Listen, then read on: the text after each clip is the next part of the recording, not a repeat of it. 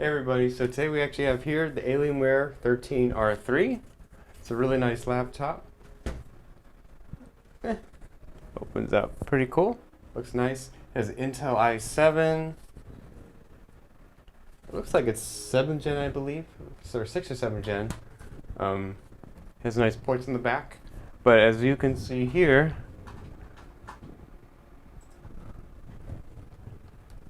if you really get a look in that port, you can kind of see the little metal inside the port there. And what that is, the DC jack is going bad in this one. So today we're actually just going to replace it. It's kind of really hard to see. It's really bad. It's like really bad. Yeah, you can kind of see it there now. It's taken out, so we just need to replace it. I believe it's only a cable that needs to be replaced in there, but for this, I do know it's going to be a lot of work because it's never easy with, especially the more of the Alienwares. They do make it a little bit more difficult just to open, especially this. You can kind of see the screws are on these sides here, and then it's going to be on the bottom. So I'm preparing to remove the whole thing, so we'll see how far that I have to go, though, just to get to it. But it should just be a cable that comes out, and it's good that it's not soldered to the board, so we don't have to do soldering work on it. So it's less expensive, obviously, as well.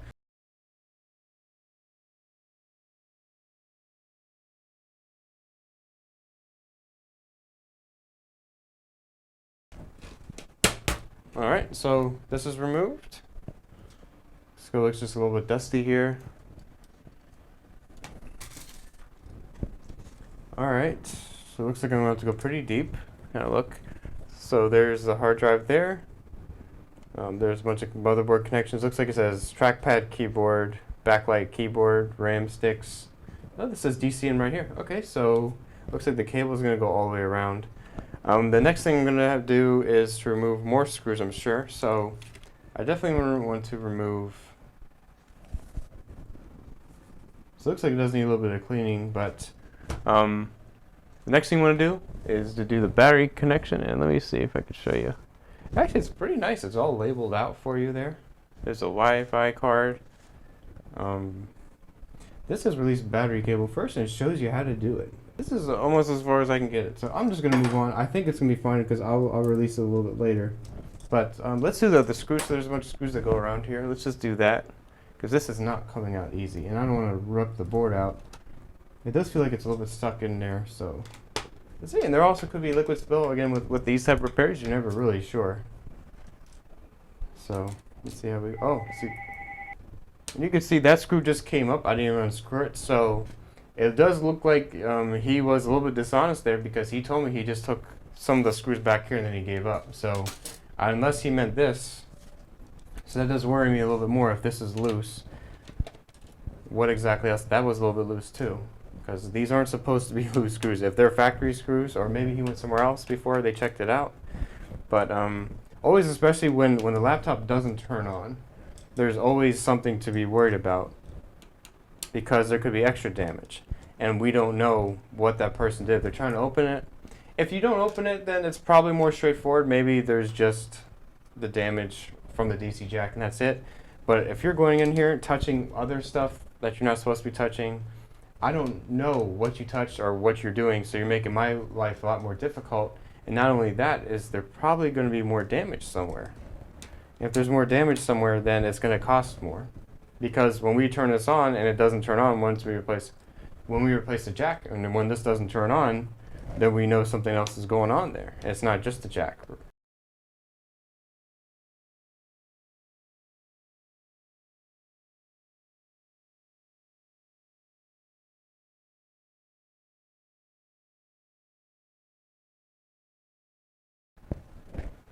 Looks like I might have to take off these two screws too, just to get underneath it a little bit more.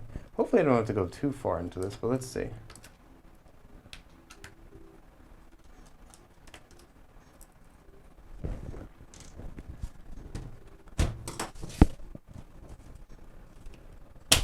Okay, I remember those for other Alienwares. That would pop off. That's how I knew that one. So the jack's still here. Okay, so I think we're getting closer to the jack.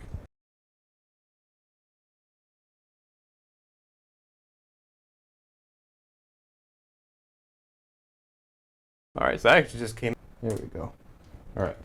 So now the battery's completely disconnected. It was disconnected before, it was just a little bit out there. but it was harder to pull out because of the angle. Sometimes it is. You want to make sure, as long as the pins aren't touching, I mean, there's plastic around there. Just pull it out enough so the pins aren't attached. You should try to pull it all the way if you can, always. So it does look like this is underneath the heatsink here. So what I'm going to have to do is, this is great. I don't know why they designed it this way. So if you look here, here's the DC jack we're trying to get to, and it is completely underneath the heatsink. Fantastic. So again, let's inspect the board before we get too much into this. Just make sure there's nothing else I can obviously see. And the board does look pretty clean. It's just dirty, dusty, but no liquid spills or anything that I'm aware of. You have to remove the heatsink on this, so let's just do that. Because that's really, I mean, to put it under there just for repair. So if this goes bad, which it did, you have to completely remove this whole thing.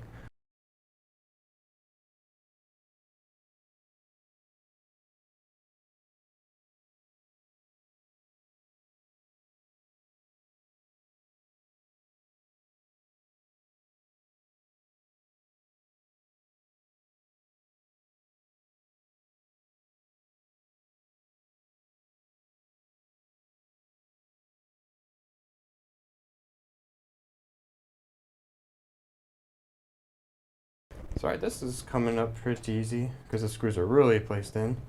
Of course, do the CPU fans.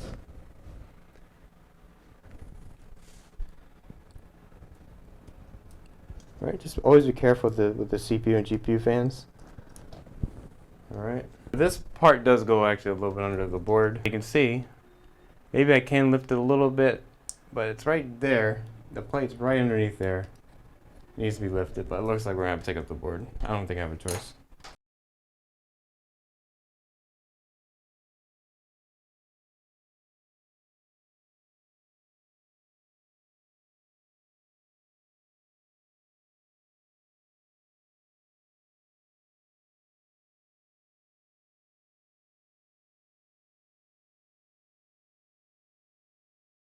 Completely up after you get all that stuff. There is actually a few connections here.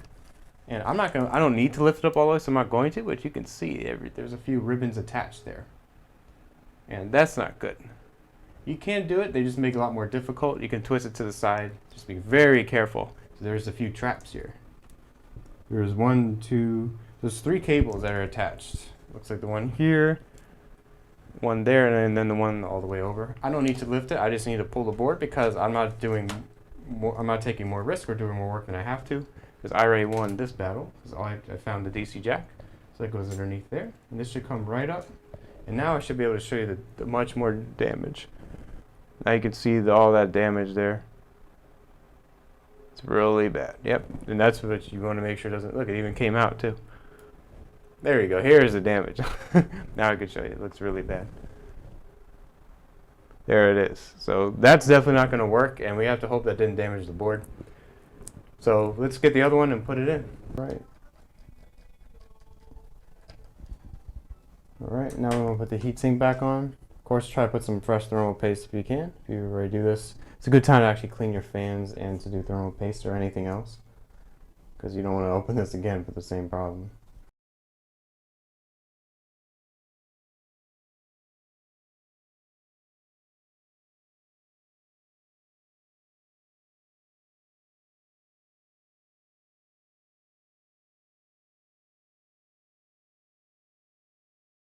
So guys, alright, everything looks good. We're just going to put the top cover on. Of course, make sure you do get the speaker cable in the corner there. We want to make sure that's in, because that can go underneath the board or something. You want to make sure the wireless cables are out too.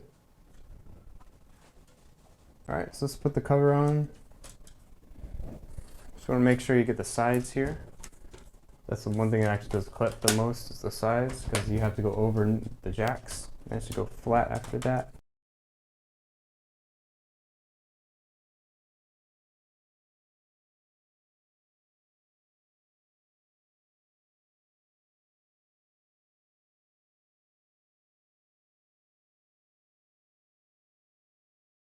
Make sure you put all the top screws in and the bottom screws.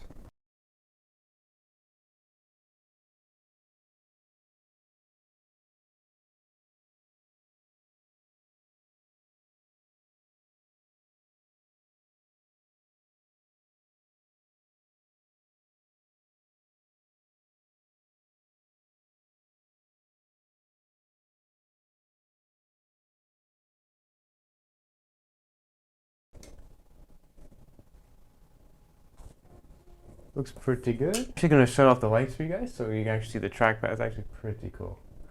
All right, so I think this is enough light so you guys can see everything. Let's go plug in the jack, and you can see it looks beautiful. Oh, not with the light off, you can't. But you can see the jack. Jack looks beautiful. Looks like a brand new jack, which it is. So I would hope it'll work.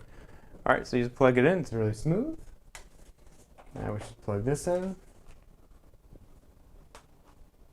And let me go turn off the light because this is actually pretty cool. You can see it's charging. I didn't even touch anything yet. That alien logo actually lights up. So it's really cool. So I'm going to tap it. Ooh, look. Alienware. Ooh. You gotta give them that, man. Dell, with some of their stuff, is still pretty cool, even today. Alienware is still a really nice brand. The trackpad actually should light up. Let's see. Okay, we actually are getting the charging icon in the corner. That's good. Ooh, look at the trackpad. Look at that. That's really cool.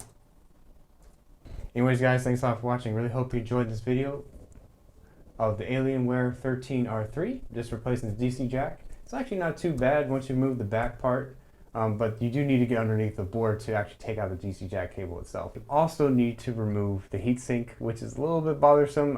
I wish they wouldn't do that. The board is one thing, but the heatsink is something else, and you don't really want to do that just for a DC jack replacement.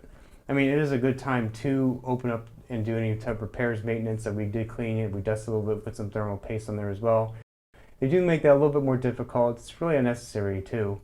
But anyways, guys, I hope you really enjoyed watching this video. Please like if you found this video very helpful. It really does help us a lot too. We do a lot more repair videos coming.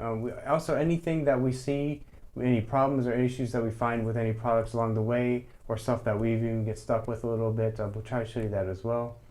But I hope you enjoyed. Please subscribe for more of that content, and thanks a lot, guys. Bye.